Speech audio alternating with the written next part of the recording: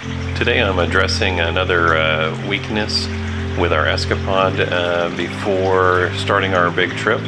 The large burner comes with about 8,000 BTUs and the small one is about 3,500. Before we had this Escapod, we were tent camping with a Camp Chef Everest stove, which puts out 20,000 BTUs per burner.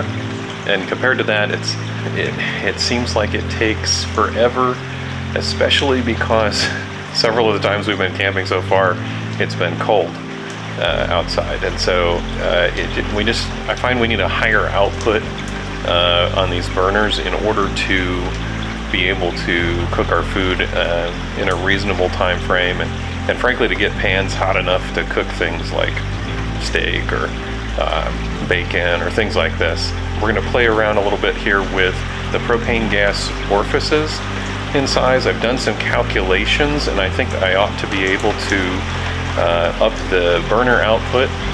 The limiting factor becomes airflow, oxygenation and such, because you still want a hot blue flame.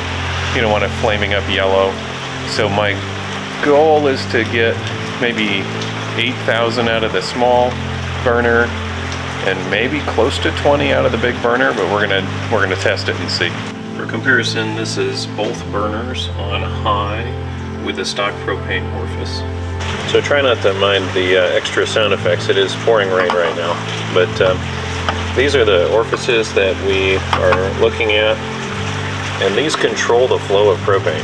So this one comes at 0.8 and the small one 0.52. This should be a fairly easy job. I've ordered this set of propane nozzles from Amazon. I'll put a link in the description.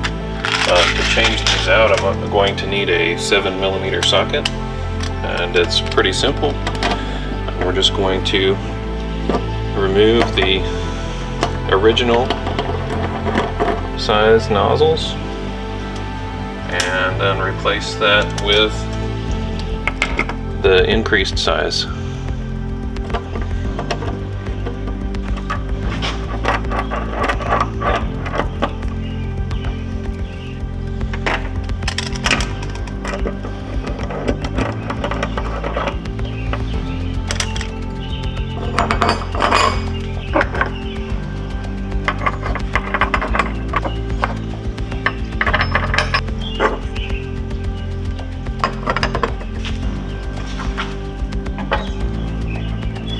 Here are the results with a 1.2 orifice here and a 0.8 here.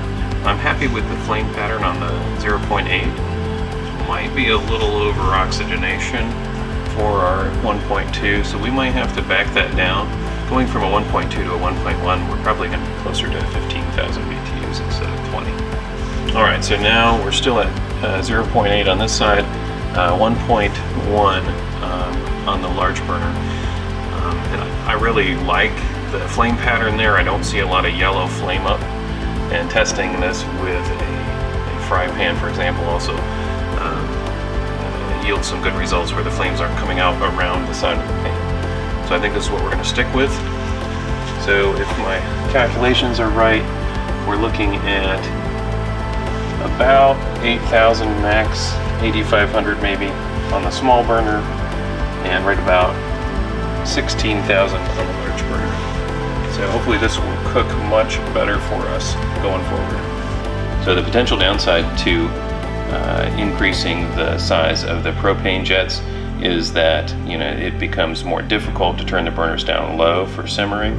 But as you can see here, these are both down quite low, and I certainly think that that's low enough that we should be able to simmer things properly. Just a couple of other quick modifications that we've made to the kitchen to make it more functional. We added a hook and a paper towel holder to hold our towel for the sink, and then also for paper towels, which are always needed. That's going to wrap it up for today regarding the modifications to the kitchen, and we'll see you in the next video.